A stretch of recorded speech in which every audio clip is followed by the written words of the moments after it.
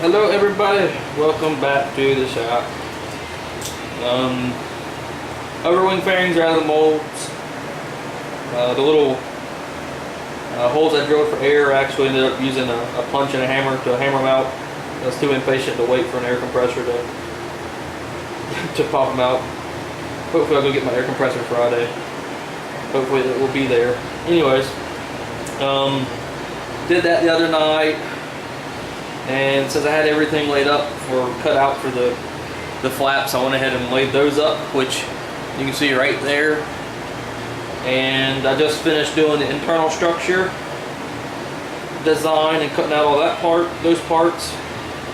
And now what I'm doing is mixing up some epoxy so we can join some flap molds.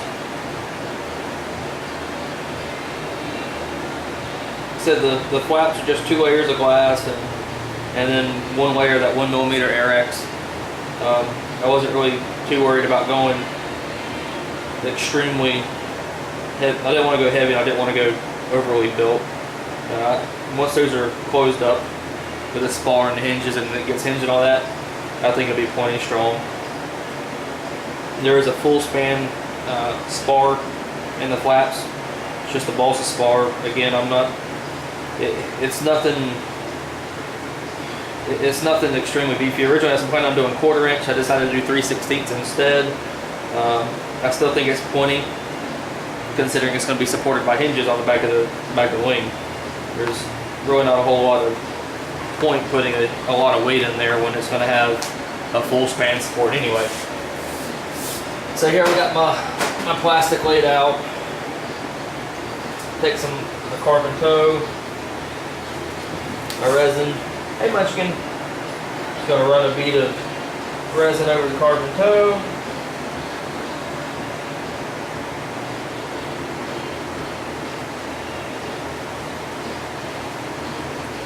Take some of the other pieces here. Do the exact same thing.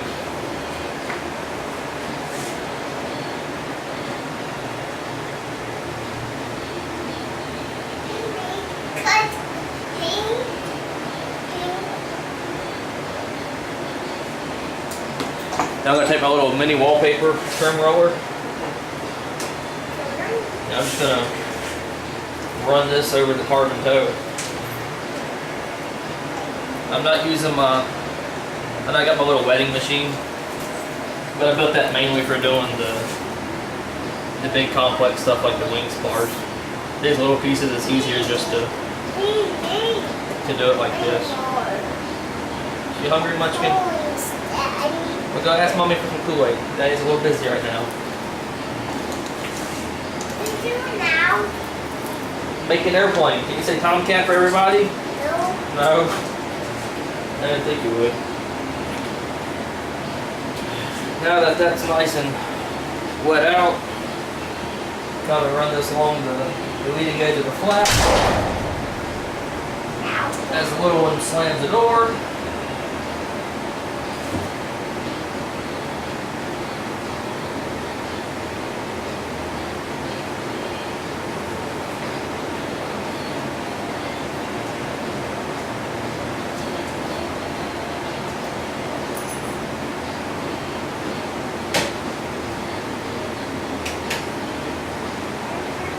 All I'm doing is like Bob showed you guys, just taking it's 2 separate things of 12K carbon toe,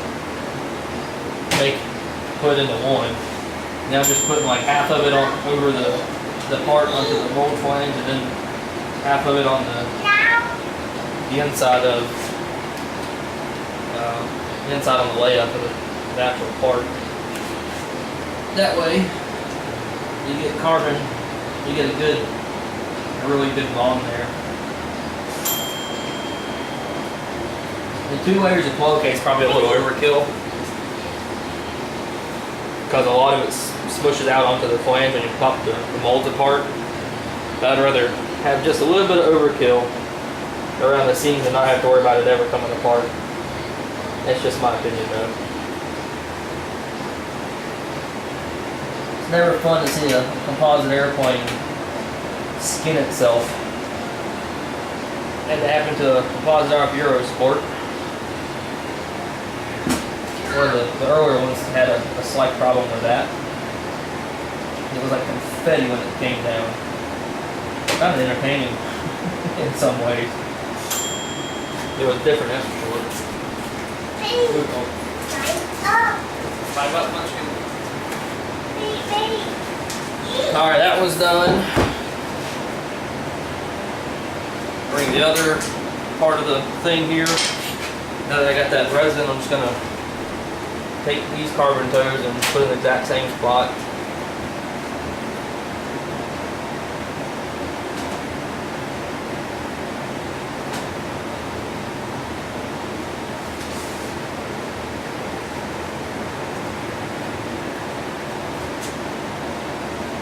Never fails, he wakes up every time I get ready to make a video, or shortly thereafter I start making a video.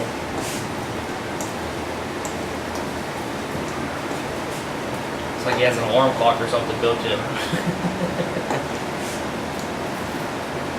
Daddy's working on an airplane, he's got gloves on with epoxy. Wake up.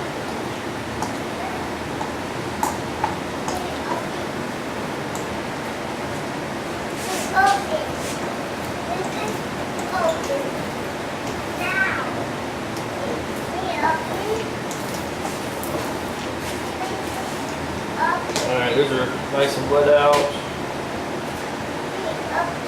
Same thing on the other half, that same flat mold, or the same flat part. Notice I'm running a little bit of carbon around here at the trailing edge. That's where the flap's a little thicker on this on the root end than it is the rest of the tip. Where the rest of the trailing edge out to the tip. And what I'm going to do on the rest of the trailing edge is I'm just going to run a little bead of goop. Not shoe goop, like the goop you make with your epoxy and your node fibers and Cavasil or whatever you decide to use. I'm going to make a mixture of that and just run a very, very small bead because the Airex layers actually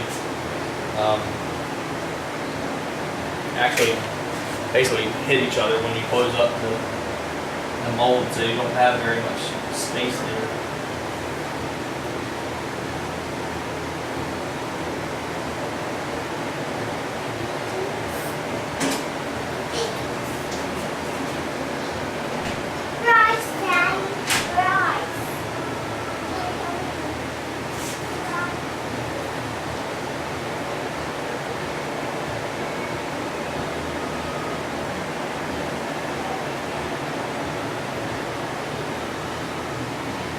Same thing here, run it right there on the edge of the layup and the mold flange. So you get some on over the trim part of your layup.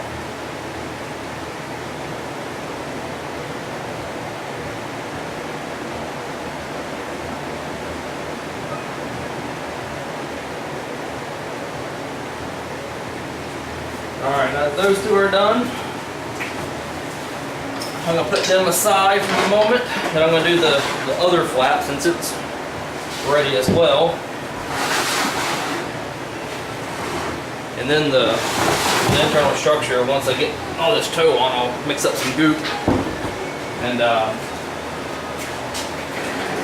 we'll sit there and lay up, close some flaps up.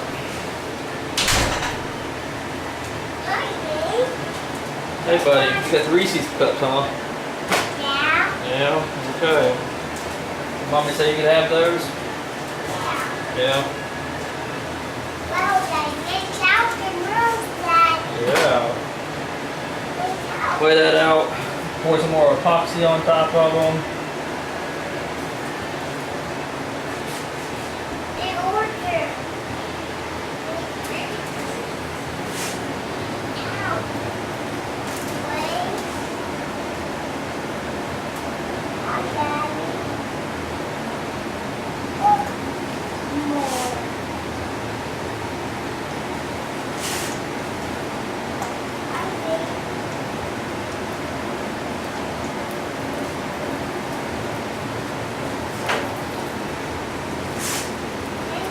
The reason I use this wallpaper roller, since it's hard, it lets you really force the epoxy into the carbon toe really quickly.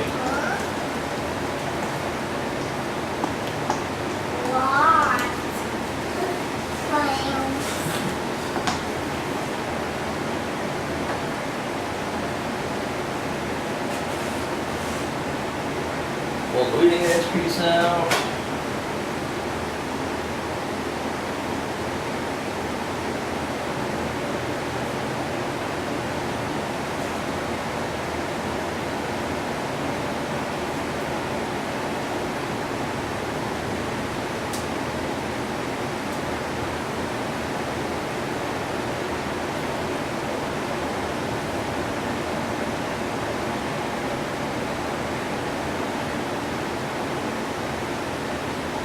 Once again, half on, half off. Right there over the trimmed edge.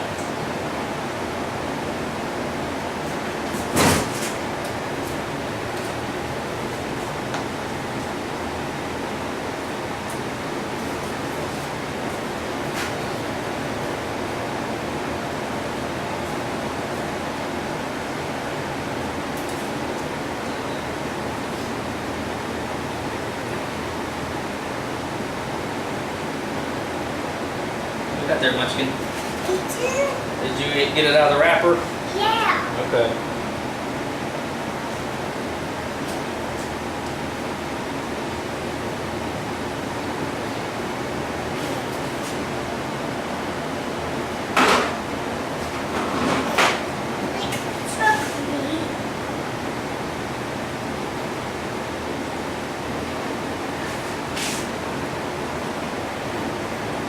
Last little bit of carbon toe on this one.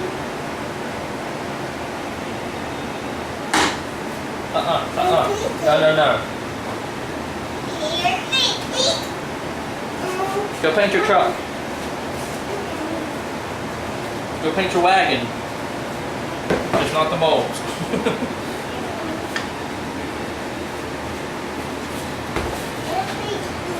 Like I said, you guys think he helps. Not so much. He tries.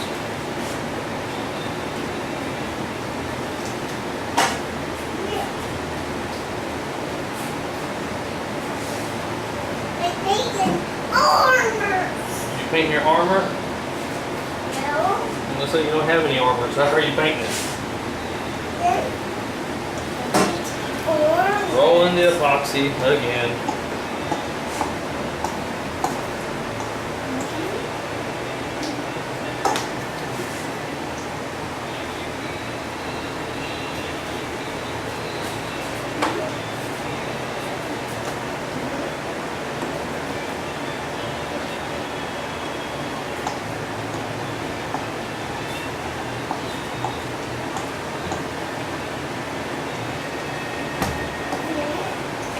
See how boring this is, guys? It sure is boring for y'all to watch. In some ways.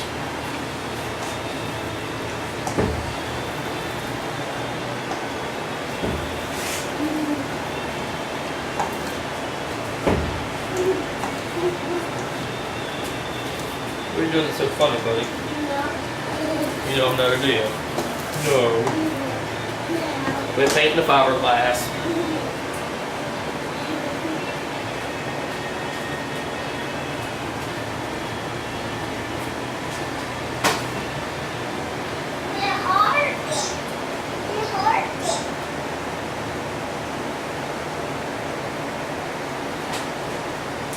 Once again, here we go.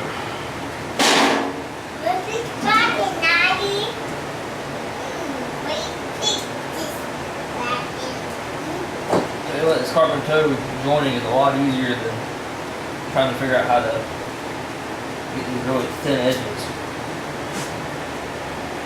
joined together. Like fuselage, at least you got some way of at least kind of getting in there and going, oh look, I can run a piece of tape down the seam. Wing panels, you kind of run a bead of stuff there on the leading edge. Probably do the same thing here, but I mean, it's so thin, and you're talking about like a 1/16 of an inch of material.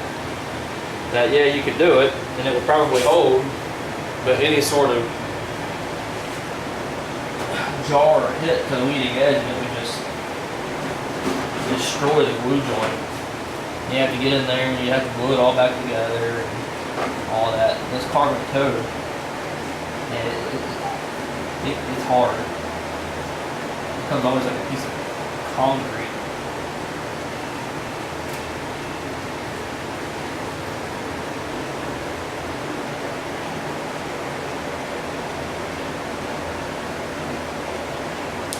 All right.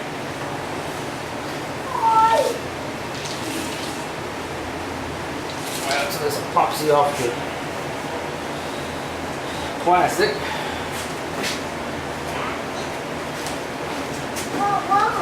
Fold that over so I don't have to worry about getting my arms dirty.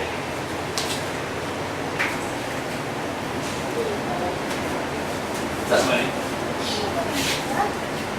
The greasy cup's good. Okay. Now y'all hold on for just a moment. I'm gonna go lay up some, or mix up some goop, and we'll get back to work.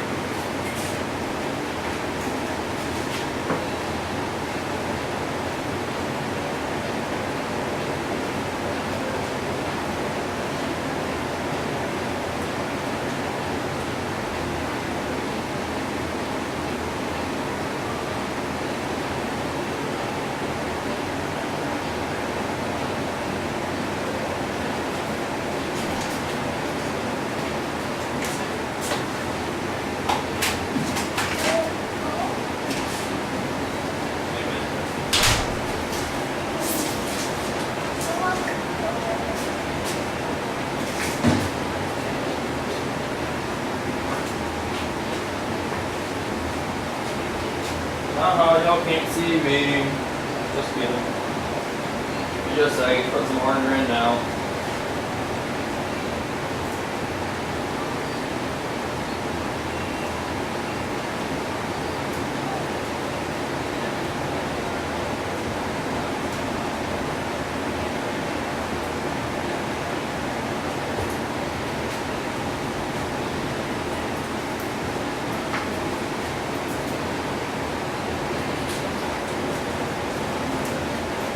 So y'all probably think I'm getting pretty close to being done, aren't you? I mean, shoot, I'm laying up flat. What else can I do?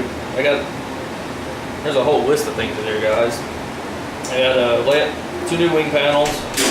Well, 2 wing panels, period. The other one says just a test panel. It's overbuilt, so it's garbage. When I get the wing panels built, I've got to make the slat plugs and the spoiler plugs. Then I have to mold those. They have to lay up the parts for that. Then I have to do the slat tracks. I gotta design those up in CAD. I've got the idea, I just gotta get in there and draw it up. Then I have to draw the flap hinge supports. I gotta draw up all the spoiler hinges and the actuator rod and the horns for that. I gotta make a new canopy frame itself or a plug, and then mold that, and then lay up that part. Then I gotta build the whole thing. I gotta do cockpit tub plug, the glare shield plugs, mold all of that, fuel tank plugs and molds. I got more internal structure for the fuselage that's gotta be done. There is a whole long laundry list of stuff to do. Keep thinking I could have this done by this time next year flying, but it's not gonna happen. It could. It might, I don't know, we'll see. You never know. Probably won't be flying, I don't have that kind of money right now. But it's worth a shot. What's up, buddy?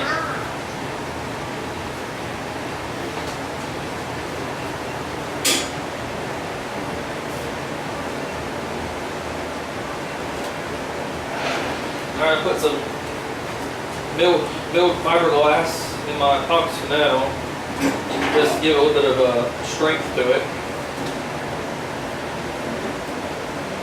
Some people told me not really necessary, but I like a little bit of, I like the thought of it.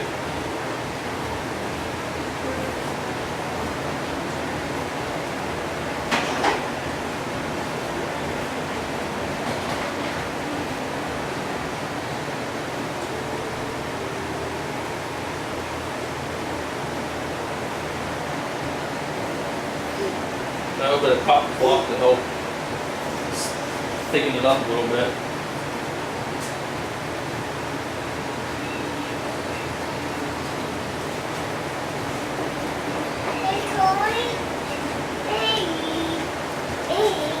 Yeah, go ask Mommy for toy, bro. Please. Wow, Mommy. Cool. Wow, Daddy, what was? Was.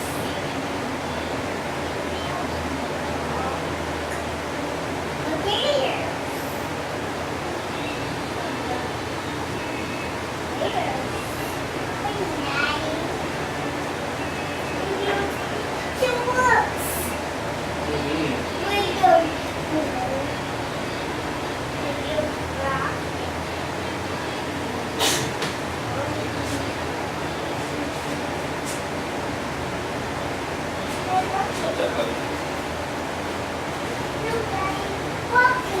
You can't have that bucket that's full of stuff. No. Yes.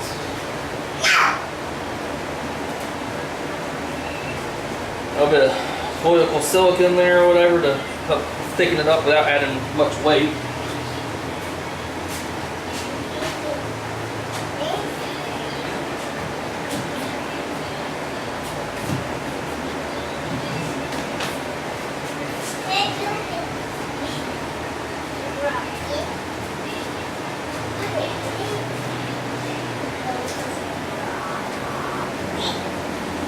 So we get to kind of a mayonnaise paste consistency. There. See, that's what I'm looking for there. All right. Good deal.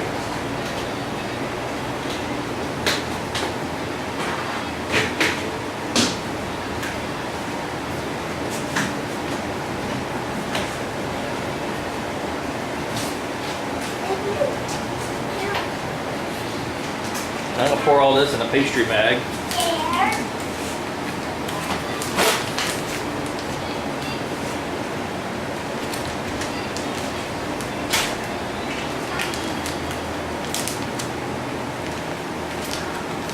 It's just thick enough to where it kind of slowly runs out, but it's not really overly thick.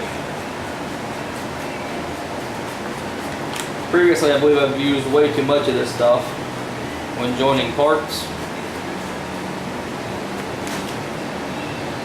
So I'm trying to thin down the usage of glue to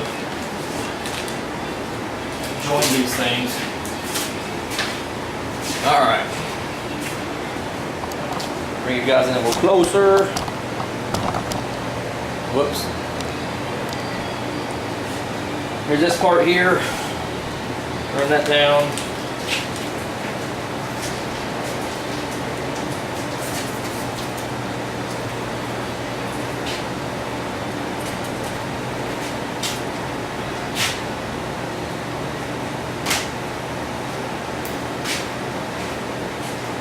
And I'm just going to run a bead of this stuff right down the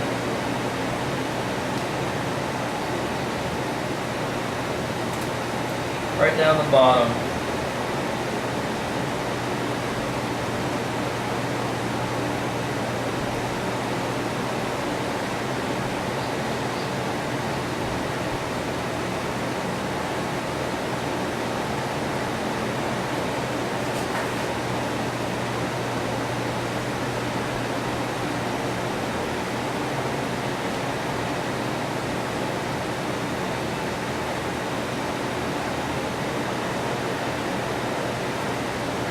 Some more down here around the hinge blocks.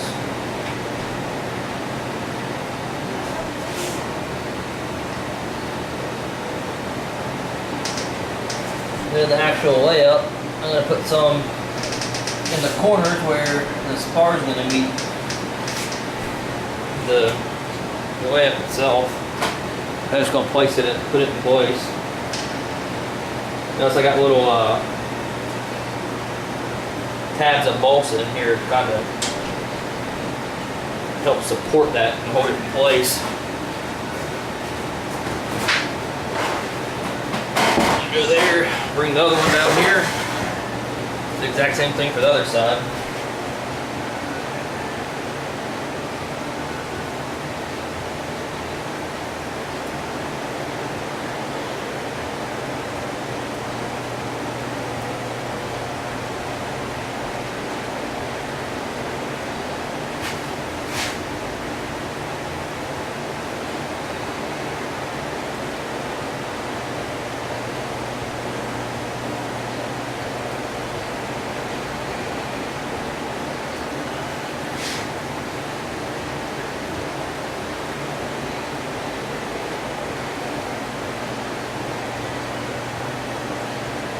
Some here in the corners.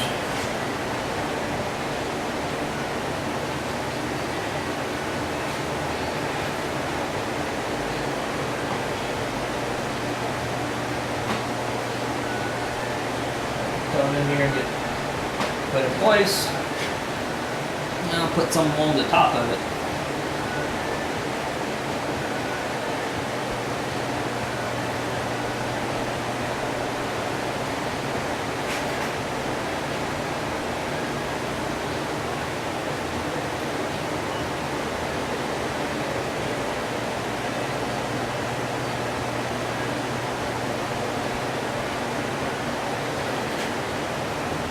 Y'all can't see much what's going on right now, but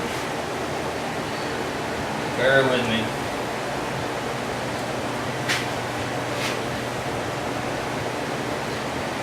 I'm gonna put a nice small blue bead back here on the trailing edge.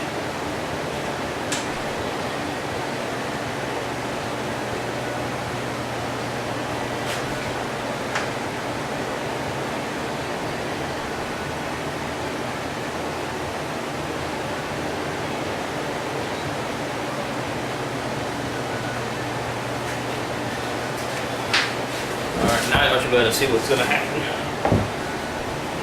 Be on the trailing edge.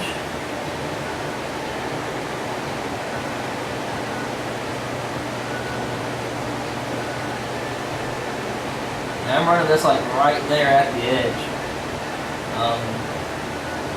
It's not inset or anything. Because what I want to do is when I lay this up, I'm going to take the mold, I'm going to put the trailing edge part on top of the buttons, and I'm going to bring it in and then squeeze it down and put the leading edge down last.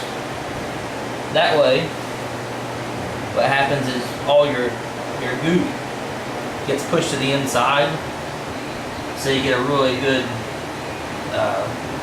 glue joint back there on the trailing edge.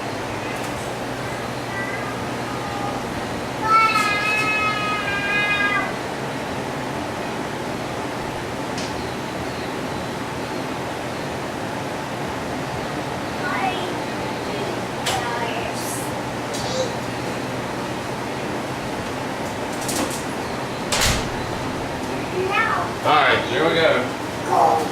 So I still got a ton of glue left.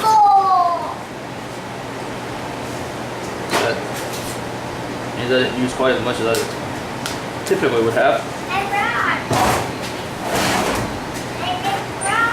Yeah. So break out the nuts and bolts and all that good stuff. Let's bring you guys over here so you can see what's going on. Get my drill because I finally made a little adapter for that. Hi, baby. Leave my washers alone. See, the trailing edges are down. I'm going to slide it forward and put it down. So I'm going to give me a minute, buddy. Put the corner ones in first.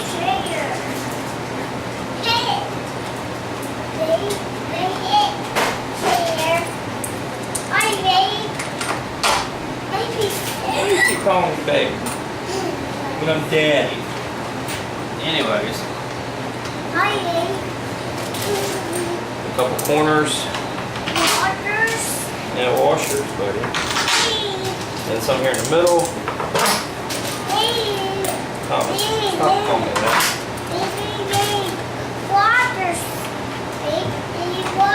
And what I'll do is I'll cinch these down and I'll do the other one. Yep, 2 washers, buddy. 3, please, 3. Want 3 now? Yeah. Alright, hold on. You doing 3? But I'll cinch these down and then I'll go on to the other one. That way, if the glue starts to harden because there's so much of it, these are already somewhat cinched down and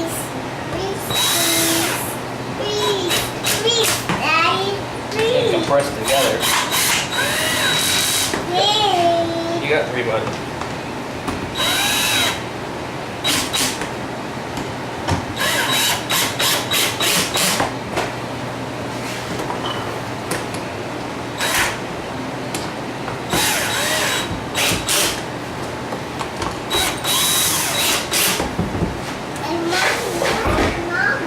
Alright, there's 1.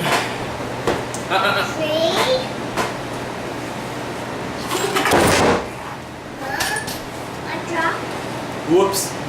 Good thing nothing shifted. Same thing, trailing edge first. And then just fold it over onto the leading edge. No, buddy. You gotta wait.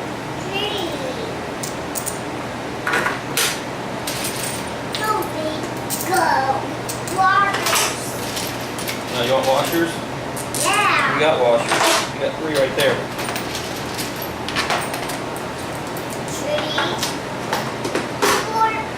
4. No, you leave Daddy's washers alone.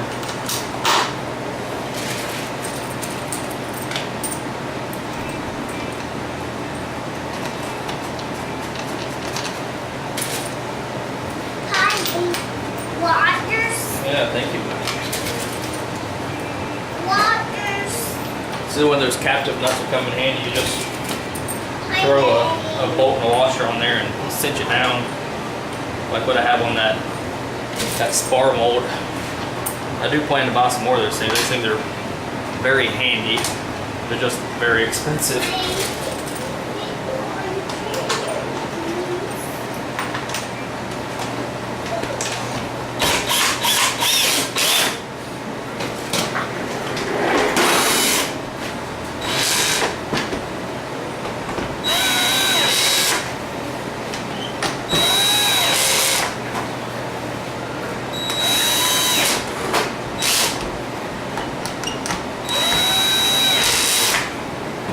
Alright. Put some more on here. Do the rest of them. So anyway, that's the flaps on this thing.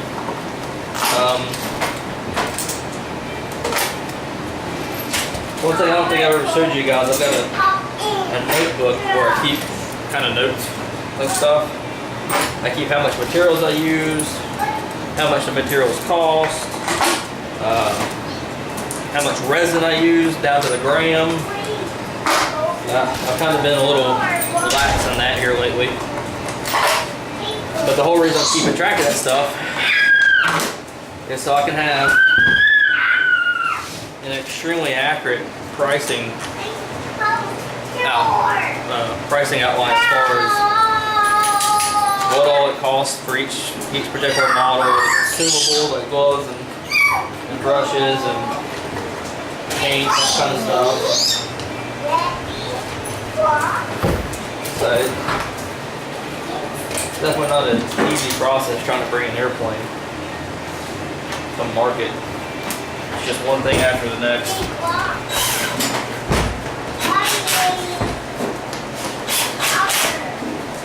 And then also keeping tallies on how much components weigh when I do each one. Because every one I want to do after this one, I want to get lighter than the last one. That way, I can get these things as light as possible because I'm wanting to meet Jet World Masters weight criteria, which is 44 pounds dry, so no fuel for anything on their 22 kilogram class, which is a huge undertaking on an airplane this size. And it's really ambitious, to be honest. It's really overly ambitious, because I'm not really sure how many airplanes this size are actually that weight or lighter. I know the guys out in Germany and the rush jet team with that Yak 130, man. If you want to do it and you got the money, you can do it. But it is not cheap.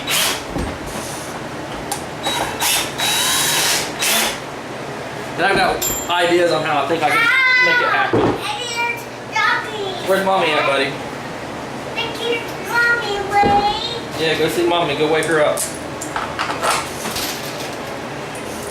So, that rush jet, Yak 130, I think they actually use like a carbon fiber tube with machine knuckles on the landing gear, so it's not all machine aluminum, it's mostly carbon fiber. It's crazy how accurate, how light that airplane is. So once I get this one in there, I'll show you guys the overwing fairings. If my son would quit yelling.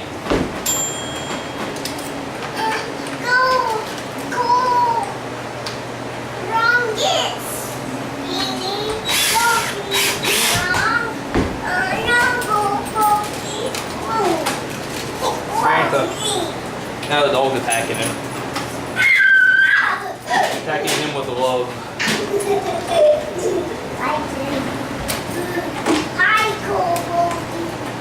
It's quite entertaining at times. Alright, quit beating up stuff. His stuff, not mine, thankfully.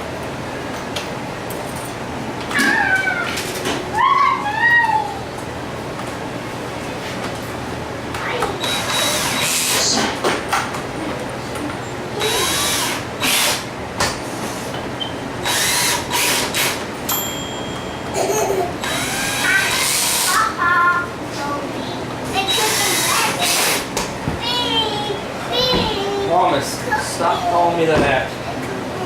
Well, you cook then. Yeah, you're cooking. Kids drive you nuts sometimes.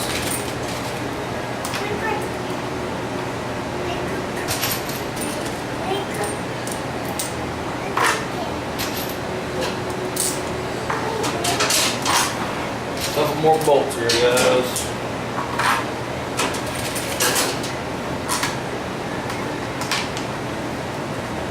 It's hard to believe I laid up these flat molds like 2 years ago, 2.5, 3 years ago.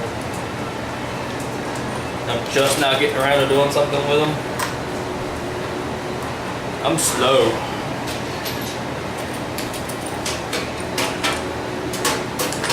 Every time I look at that task list, it gets shorter each day, or each time I work on this thing, but at the same time, I keep remembering stuff that I didn't put on the task list.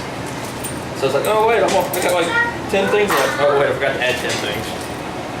Every time I get a couple things knocked off, I got to add a couple more on there. But something else pops up to where I want to draw something up in CAD, where I can have it outsourced, or just a nightmare.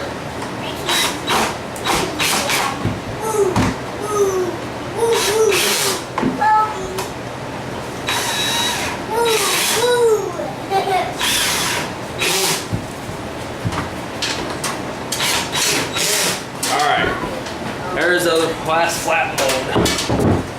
So when I get ready to pull those out, I'll get the video camera out and I'll actually cool you guys in, include you, whatever you want to call it. So, what next? Oh yeah, overwing bearings. Overwing fairings. Those are fun. By fun, I mean a pain in my butt.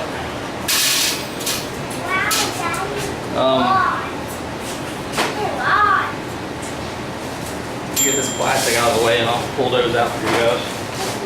Ow. They turned out really well, really good. Better than I was expecting, honestly, for having to hammer them out.